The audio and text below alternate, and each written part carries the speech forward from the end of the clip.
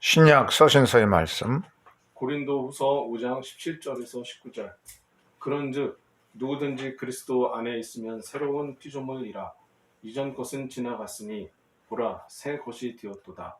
모든 것이 하나님께로서 났으며 그가 그리스도로 말미암아 우리를 자기와 화목하게 하시고 또 우리에게 화목하게 하는 직분을 주셨으니 곧 하나님께서 그리스도 안에 계시사 세상을 자기와 화목하게 하시며 그들의 죄를 그들에게 돌리지 아니하시고 화목하게 하는 말씀을 우리에게 부탁하셨느니라. 이것은 주님의 말씀입니다. 하나님 감사합니다. 아멘. 복음서의 말씀 누가복음 15장 26절로 32절. 한 종을 불러 이 무슨 일인가 물은데 대답하되 당신의 동생이 돌아왔음에 당신의 아버지가 건강한 그를 다시 맞아들이게 됨으로 인하여 살찐 송아지를 잡았나이다 하니 그가 노하여 들어가고자 하지 아니하거늘 아버지가 나와서 권한대 아버지께 대답하여 이르되 내가 여러 해 아버지를 섬겨 명을 어김이 없거늘 내게는 염소 새끼라도 주어 나와 내 벗으로 즐기게 하신 일이 없더니 아버지의 살림을 창녀들과 함께 삼켜버린 이 아들이 돌아오매 이를 위하여 살찐 송아지를 잡으셨나이다. 아버지가 이르되 예 너는 항상 나와 함께 있으니 내 것이 다 내 것이로되 이 내 동생은 죽었다가 살아났으며 내가 잃었다가 얻었기로 우리가 즐거워하고 기뻐하는 것이 마땅하다 하니라. 이것은 주님의 말씀입니다. 하나님 감사합니다. 아멘. 잃었다가 다시 찾았노라. 잃었다가 다시 찾았노라. 이런 제목을 가지고서 말씀을 드리렵니다. 오늘은 이제 사순절 넷째 주일을 맞이하게 됐습니다. 그래서 이 사순절 넷째 주간의 말씀 본문은 누가복음 15장에 나오는 탕자의 이야기입니다. 이 탕자 얘기를 우리가 잘 알고 있는데 둘째 아들, 망나니 같은 둘째 아들이 거지꼴로 돌아올 때에 집에서 아버지가 뛰어나와서 환영하고 잔치를 베풀었다 하는 그런 아주 간단한 얘기인데 거기에만 강조를 두고 있습니다. 그래서 오늘은 첫째 아들, 큰아들은 어떻게 되었는지 큰아들을 중심해서 말씀을 생각해 보려 합니다. 큰아들은 그날도 아침 일찍에 들에 나가서 땀 흘려서 떼약빛 아래서 밭을 갈고 농사를 돌보고 또 들에 나가서 양떼를 돌보기도 하고 이렇게 땀 흘려서 하루도 쉴 날이 없이 머슴처럼 일하게 됩니다. 그리고 해질녘이 되어서 소를 몰고 집으로 들어오는데 집안에서 웬 풍악 소리가 들리고 춤추고 잔치 소리 같은 게 들립니다. 그래서 종을 하나 불러다가 이제 어쩐 일이냐고 물어보니까 이 종이 이제 하는 소리가 뭐라고 그러냐면은 대답하되 당신의 동생이 돌아왔음에 당신의 아버지가 건강한 그를 다시 맞아들이게 됨으로 인해 살찐 송아지를 잡았나이다. 이렇게 알려주는 겁니다. 집안에 지금 뭐 잔치가 났습니다. 아주 잔치상을 펴놓고 춤추고 이런 상황을 이제 알게 되게 되죠. 그래서 이 큰아들은 그냥 매우 그냥 화를 내면서 그냥 씩씩거리면서 집에 들어가기를 거부합니다. 그 아버지가 나와가지고 얘야 그러면서 집으로 들어가자 얘기합니다. 그러니까 이 큰아들은 뭐라고 그러냐면 아버지께 대답하여 이르되 내가 여러 해 아버지를 섬겨 명을 어김이 없거늘 내게는 염소 새끼라도 주어 나와 내 벗으로 즐기게 하신 일이 없더니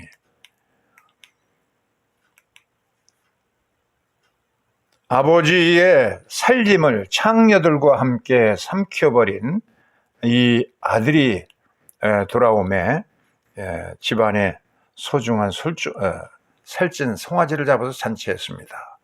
아버지가 하는 행위에 대해서 매우 마땅치 못하게 여긴 것입니다.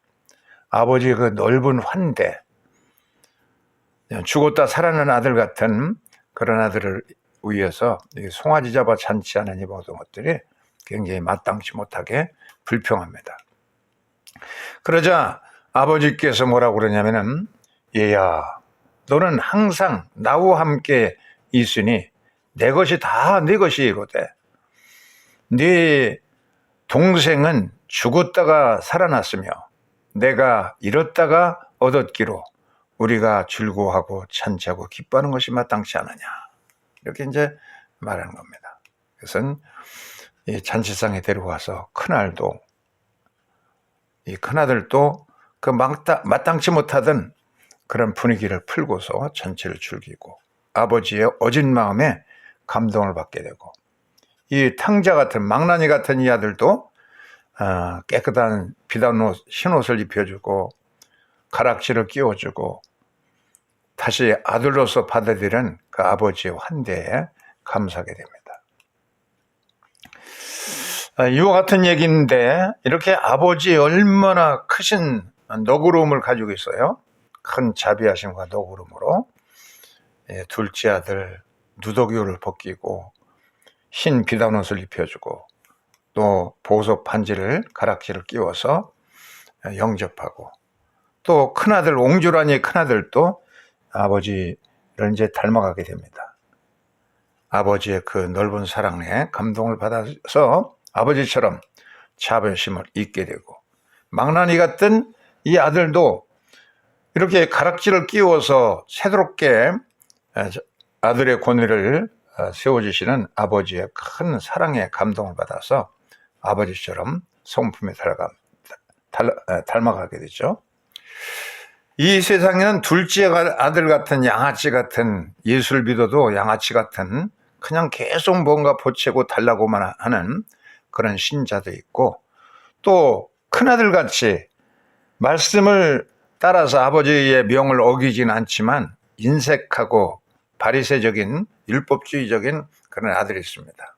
큰아들도 아버지의 어진 마음을 닮아가야 되고, 또 이 큰아들도 아버지의 어진 성품을 닮아가야 되고, 또 작은 아들도 이제 더 이상 철부지같이 살지 말고 아버지의 어진 마음을 닮아가야 되는, 이것이 크리스찬들의 성화의 과정인 것입니다. 그리스도의 마음을 본받고 아버지께서 기뻐하시는 성품을 닮아가도록 해야 된다는 겁니다.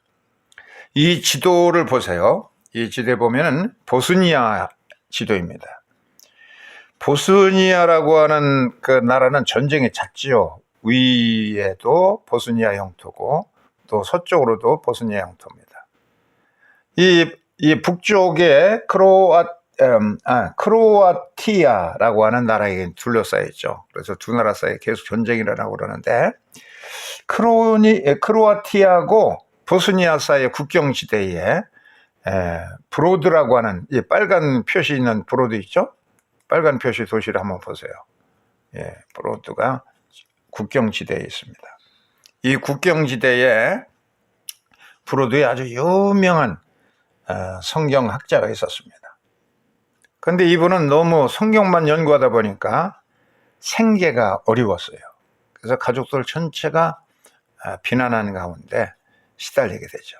그러다가 멀리 요즘에 문제가 되고 있는 이 우크라이나 지도인데 굉장히 넓은 영토죠. 흑해 위에 있습니다. 여기에 이제 폴란드하고 국경을 이루고 있는 사시브라고 하는 마을이 있는데, 여기에서 하나의 성경 교사를 원하는 그런 얘기를 듣고서 이분이 이제 야곱이라고 하는 이 랍비가 그곳을 찾아가게 됩니다. 거기서 이제 생활이 안정되어서 살아가고 있는데, 늙은 나이에 이사하다 보니까 중병이 걸렸습니다. 그래서 돌아가시게 되는데 임종을 아들이 시켜보는 거예요. 아들의 이름은 모세인데요. 모세 레이브라고 하는 아들. 이제 아버지 임종을 시켜봅니다. 아버지가 마지막 숨쉬 헐떡거리면서 그냥 한숨 섞인 말로 이렇게 얘기합니다. 내가 이제 죽으면은 내 아들에게 누가 성경 말씀을 가르쳐 줄 것인가 하고 이제 눈을 감으셨어요. 아들은 경비원으로 취직이 되어 가지고서 이 경비원이 된 모세가 어느 날 자기의 새로 산 집에 뒷뜰을 이제 팝니다. 채마전이라도 가꾸려고 이제 땅을 파는데 보니까 뭐가 이상한 소리가 들립니다. 그래서 파보니까 뭐가 나왔어요? 잘 보세요. 항아리가 나왔죠? 그 항아리에 뚜껑을 이렇게 열어보니까 거기에 온갖 보석들이 나오게 됩니다. 황금, 동전들도 나오고 금목걸이도 나오고 다이아몬드도 나오고 이런 보물 항아리였습니다. 이 나라들은요, 전쟁이 늘 있어가지고서 이런 보물을 땅 속에다가 파묻어 놓는 그런 관습이 있었는데 바로 적군이 물러가면서 두고 갔던 그런 보물 항아리였습니다. 그래서 큰 돈을 재화를 얻게 되자 모세가 어머니에게, 홀로 된 어머니에게 얘기했습니다. 어머니, 아버지의 마지막 유언의 말씀이 이 아들이 성경 말씀을 배우기를 원하셨으니까 이제 어머니 노후가 이렇게 충분하게 넉넉하게 되었으니까 제가 신학교를 가게 해주세요. 예시바에 입학하고 싶습니다. 그러니까 어머니가 그래, 그렇게 하라. 아버지의 마지막 유언이니까 그 소원을 이루어드리게 해라 하고 이제 허락하게 됩니다. 당시에 유명한 율법학자, 성경학자가 오스트리아의 리콜스부르크라고 하는 마을에 시멜케라는 아주 유명한 랍비가 계셨어요. 그래서 그의 이제 생도가 되기 위해서 랍비를 찾아갔더니 기꺼이 시멜케 랍비가 자기 제자로 맞아주고 예시바에 입학해줘가지고 자기 집에서 같이 지내도록 하라고 그렇게 허락해 줍니다. 그날 밤에 이제 꿈을 꾸는데 꿈에 아버지께서, 부친께서 나타났어요. 그래서 너는 정말 훌륭한 현자를 맞이하게 되었다.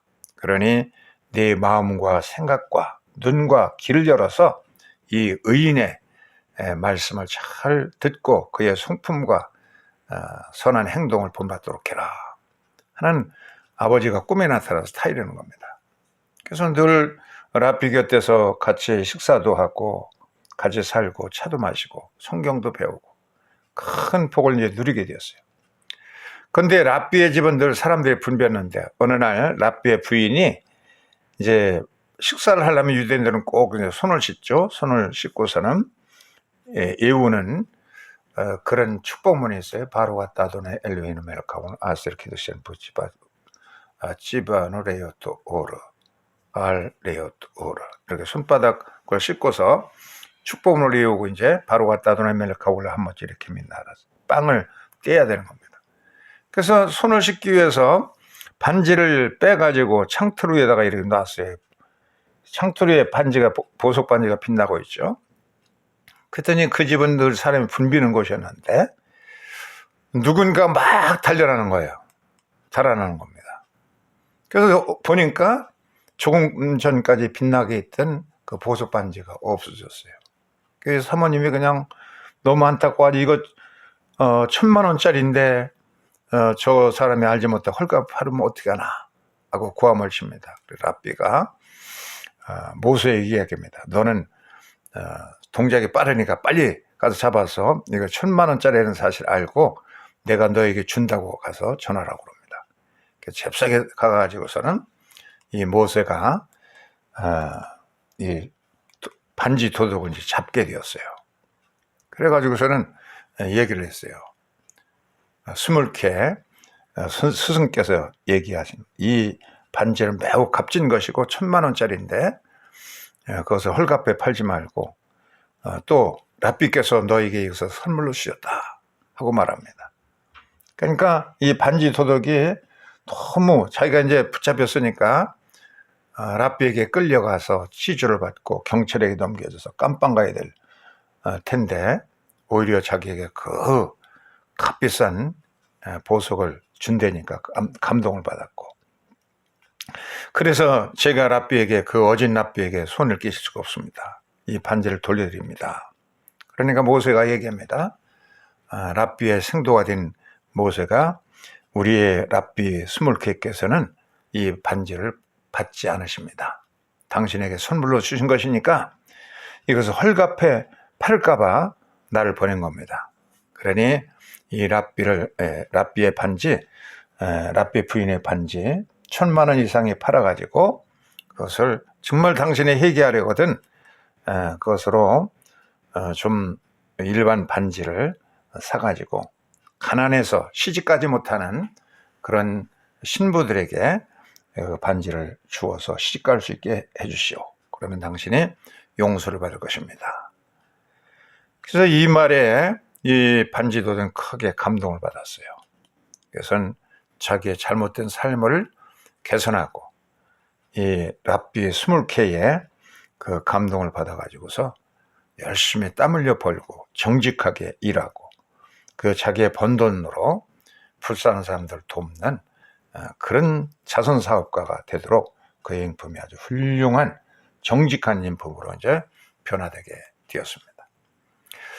이렇게 모세는 그 집에 스몰케로부터 그런 어진 성품을 본받으면서 거룩한 성품으로 이제 변화되었고, 이런 모든 모습을 보면요, 이 둘째 아들도 아버지께 용서를 받고 감화받아서 아버지의 성품을 닮아가게 되고, 큰아들도 옹졸했지만 아버지의 마음을 한 번도 거역하지 않았지만은, 그러나 율법주의자고 아주 뭔가 인색하던 그의 성품도 아버지의 성품을 닮아서 거룩한 성품으로 갖게 됩니다. 용서받은 경험이 있어야 우리가 남을 용서하고 거룩한 성품으로 닮아갈 수 있다 하는 얘기를 오늘 성경 말씀은 알려주고 있습니다.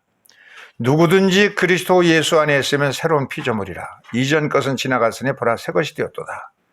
우리에게 화해하는 직분을 맡겨주셨다라고 그렇게 말씀하고 있습니다. 예수 안에서 우리가 새로 살아났고 또 용서를 경험했다고 그러면 우리도 그리스도처럼 용서하며 살 수 있는 그런 교훈을 오늘 성경 말씀은 말해주고 있습니다. 사순절기 네 번째 주일을 맞이해서 이와 같은 주님의 엄청난 사랑과 용서를 받은 우리도 용서하면서 그리스도의 거룩한 성품을 날마다 닮아갈 수 있기를 주의 이름으로 축원합니다.